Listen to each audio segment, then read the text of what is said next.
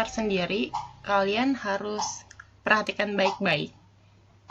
Untuk yang pertama kali mulai maupun yang setelahnya, misalkan kayak panjang sebuah pulpen atau sebuah kayu seperti yang kalian gambar, yang kalian lihat di gambar, itu kan pertama kali dia mulai di titik 0. Berarti emang bener nih cara bacanya 0 sampai 6, yang di bawah yang paling besar, yang udah di zoomnya, itu sekitar 6,3. Ya, 6,3.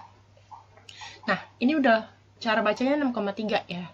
Tapi kalau nanti ketika penggaris atau mistarnya itu patah di tempat yang bukan 0, mau nggak mau kan harus ngurangin di angka yang awal. Jadi biar ketahuan panjangnya berapa.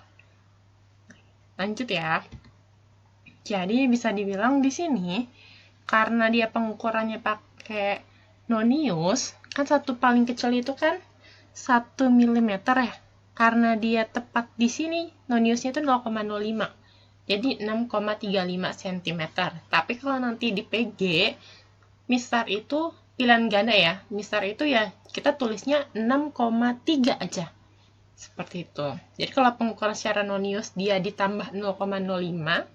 Tapi kalau misalkan dia ukurnya biasa, kayak di pilihan ganda, kita akan tulis 6,3 aja. Seperti itu. Nah, untuk gambar yang selanjutnya, yaitu gambar alat ukur selanjutnya, itu adalah jangka sorong. Ini sering banget ditanyain sama anak-anak, karena juga sempat dipelajarin. Kalau di SD, di SMP kan dia emang dipelajarin secara langsung, kayak seperti ini. Tapi kalau SMA udah nggak ngasih perkenalan lagi, dia udah minta kita ngitung panjang dengan menggunakan jangka sorong. Kalau SD dan SMP yang nggak pernah dipelajarin, gimana kita bisa ngukur alat ukur atau mulai dengan perhitungannya di SMA. Oleh sebab itu, saya balikin lagi ke dasarnya untuk jangka sorong.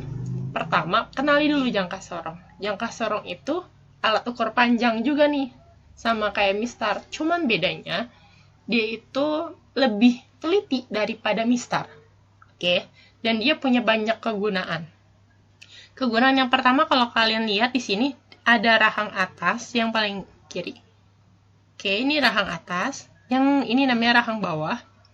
Terus di sini ada pengunci rahang. Jadi ntar yang klek gitu ntar bunyinya. Nah, itu berarti kamu makanya udah kenceng di sana. Jadi nggak bisa diotak-atik lagi. Terus ada yang namanya skala utama dan skala nonius. Skala utama yang paling besar, skala nonius yang paling kecil. Nah, oke. Terus dia juga ada yang namanya tangkai ukur kedalaman. Kenapa disebut tangkai ukur kedalaman? Ini mengacu banget sama fungsinya si jangka sorong. Jangka sorong itu, pertama, dia bisa ngukur lebar dari gelas bagian dalam. Ini yang kalau yang bagian dalam yang atas ya, rahang atas. Itu bagian dalamnya dia bisa ngecek diameternya berapa. Terus yang di bawah itu bisa ngecek diameter gelas bagian luar, atau bahkan kita bisa ngecek bola lebar atau diameternya si bola, itu kita bisa pakai si rahang bawah. Sedangkan untuk tangkai pengukur kedalaman itu bisa ngukur tinggi dari kedalaman. Misalkan kamu mau ngukur gelas, kedalaman gelas, nah kamu tinggal tarik aja, nanti tangkai ukur kedalamannya itu dia akan memanjang sendiri, jadi kamu bisa ngukur kedalaman dari sana. Setelah itu kamu plug aja ya, dikunci biar kamu bisa ngitung. Soalnya kalau nggak dikunci, nanti dia geser-geser. Sekarang gimana sih cara baca hasil ukur dari penggunaan jangka sorong? Yuk kita mulai. Nah, nanti kita akan kasih tahu contoh-contoh soal ya. Selanjutnya itu yang kalian lihat di gambar, ini adalah micrometer scope. Ya, micrometer scope ini dia gunanya buat ngukur juga nih, tapi yang lebih tipis, lebih detail daripada jangka sorong. Bedanya, kalau mistar itu kan senti, jangka sorong juga senti nih, tapi micrometer scope bisa lebih kecil lagi, satuannya milimeter. Makanya micrometer scope bisa ngukur ketebalan rambut yang ada di kepala kalian. Keren ya? Ya, kalian bisa percobaan itu. Nah, ini perkenalan dulu. Si micrometer scope ini ada landasan, ada skrupnya. ada lengan mikrometer, ada timbal, dan roda bergerigi. Nah, kalau di jangka sorong kita punya yang pengunci. Nah, kalau di micrometer screw kita punya namanya roda bergerigi. Nah, ini juga nanti bisa lebih tek-tek gitu di roda bergerigi. Jadi udah kayak detail banget, udah fix banget. Nah, kalau kalian udah muter si roda bergerigi. Nah, di micrometer screw sendiri kalian bisa baca angka-angkanya di lengan mikrometer maupun timbal. Yuk, lanjut. Nah, ini kalau untuk micrometer screw. Cara bacanya gimana sih? Cara bacanya seperti ini. Itu kan ada yang di tengah itu apa namanya? Kita cek. Oh, yang di tengah itu namanya lengan mikrometer.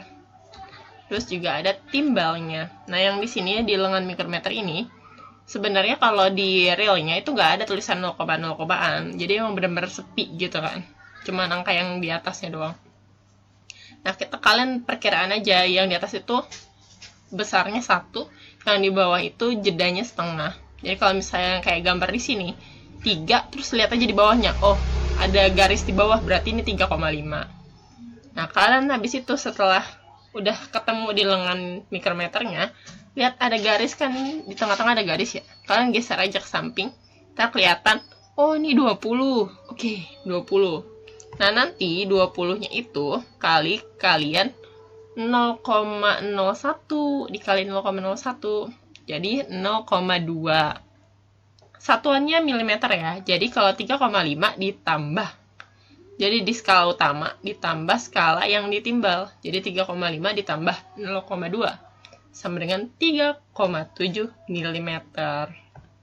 Hati-hati kalau misalnya pilihan ganda dia satuannya bukan milimeter, kalian harus ngerubah dia jadi milimeter. Atau kalau tergantung soal sih, kalau soalnya minta sentimeter, ubah dari milimeter ke sentimeter. Sesuaikan aja.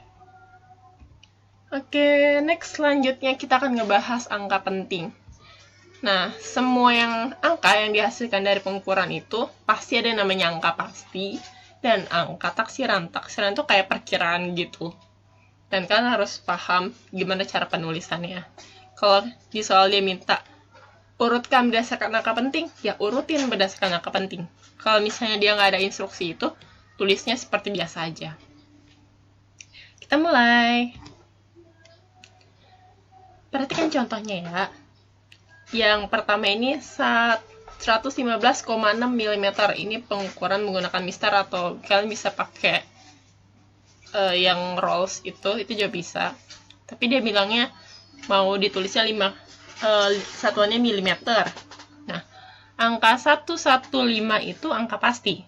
Di belakang koma kita nyebutnya angka taksiran atau tafsiran. Perkiraan. Kita seperti itu. Di belakang koma ya. Nah, jadi di sini angka pentingnya berapa? Angka pentingnya 4. Kok 4 sih? Nah, kita pelajari nih di sini. Kita akan bahas yang namanya aturan angka penting. Kalau kalian tadi mempertanyakan kok 4, nah di sini kalian bisa ketahui.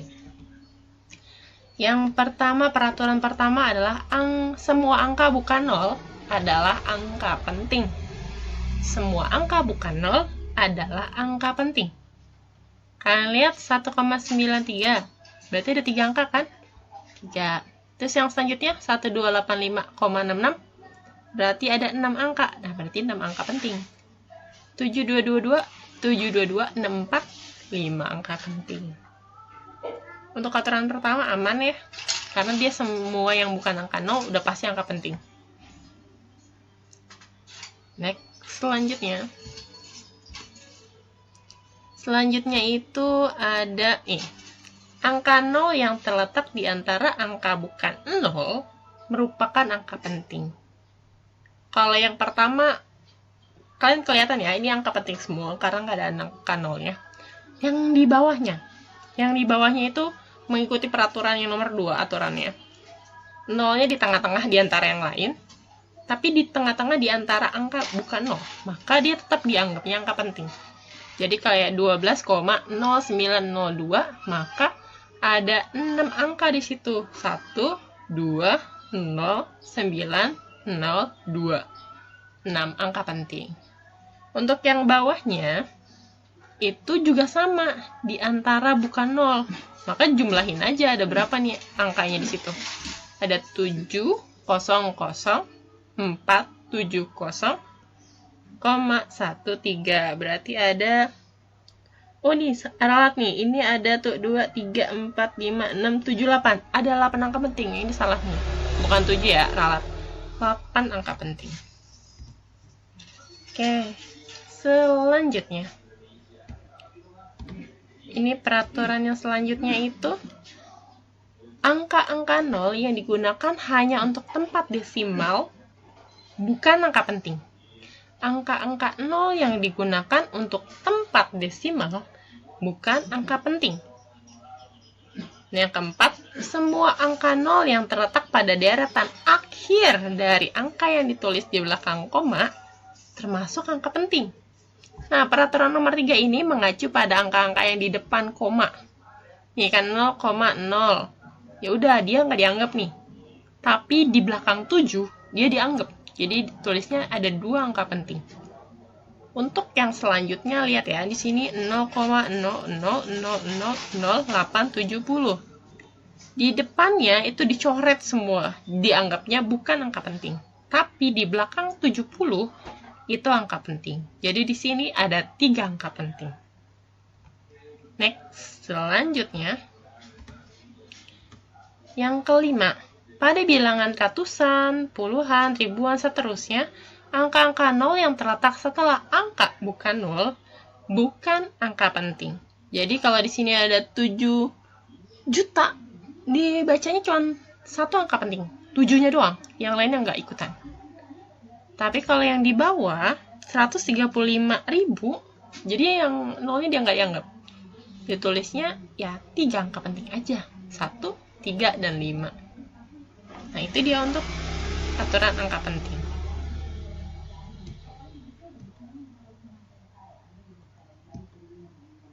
Selanjutnya kita akan ngebahas operasi angka penting.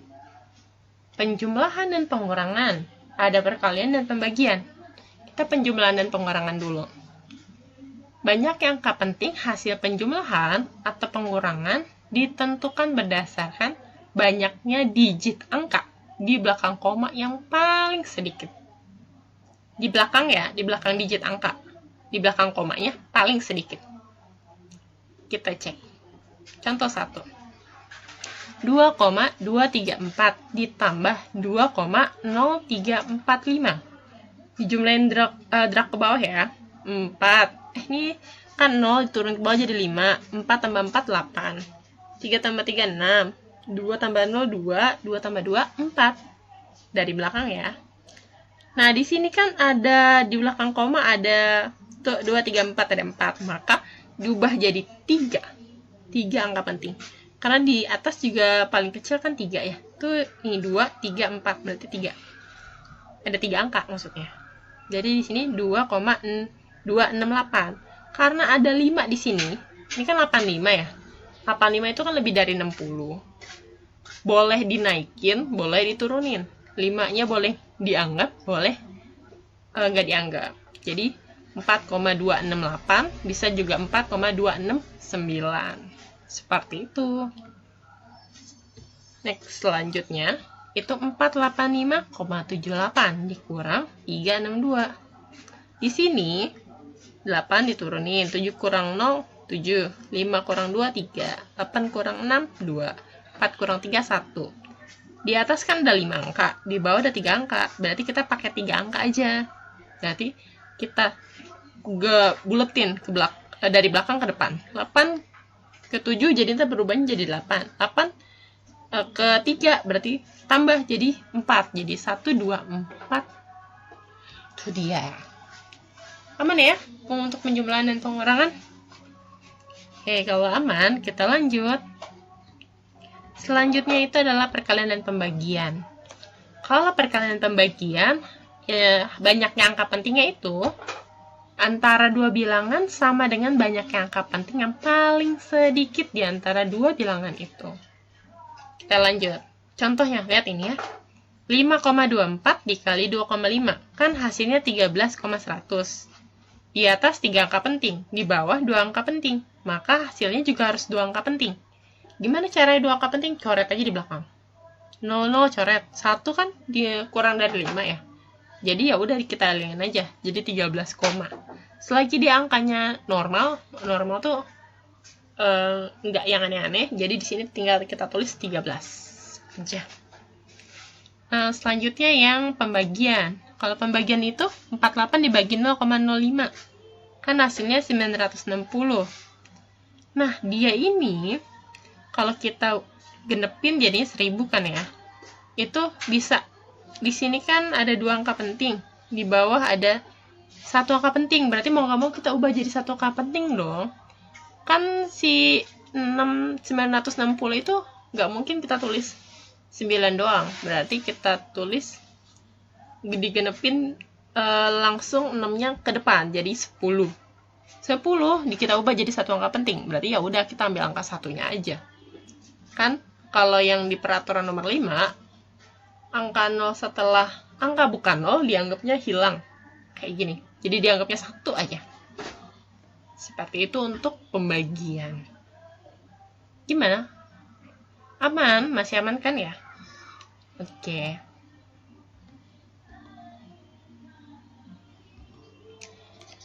Nah, yang selanjutnya ini, yang patut kalian perhatikan bahwa kalian harus paham nih, ada yang namanya angka-angka yang kayak mega, giga, tera, piko, nano, mikro. Jadi kalau piko itu 10 pangkat min 12, nano itu 10 pangkat min 9, kalau mikro itu 10 pangkat min 6, mili 10 pangkat min 3, kalau mega itu 10 pangkat 6, kalau giga 10 pangkat 9, dan tera 10 pangkat 12. Sisanya sih kayak perhitungan yang kemarin ya, pakai tangga kemarin, itu udah aman. Itu aja dari saya. Terima kasih semuanya. Jika ada pertanyaan, bisa klik di kolom komentar atau chat Japrik. Semoga kalian paham materi pengukuran dan angka penting. Sampai jumpa di next materi. Assalamualaikum warahmatullahi wabarakatuh.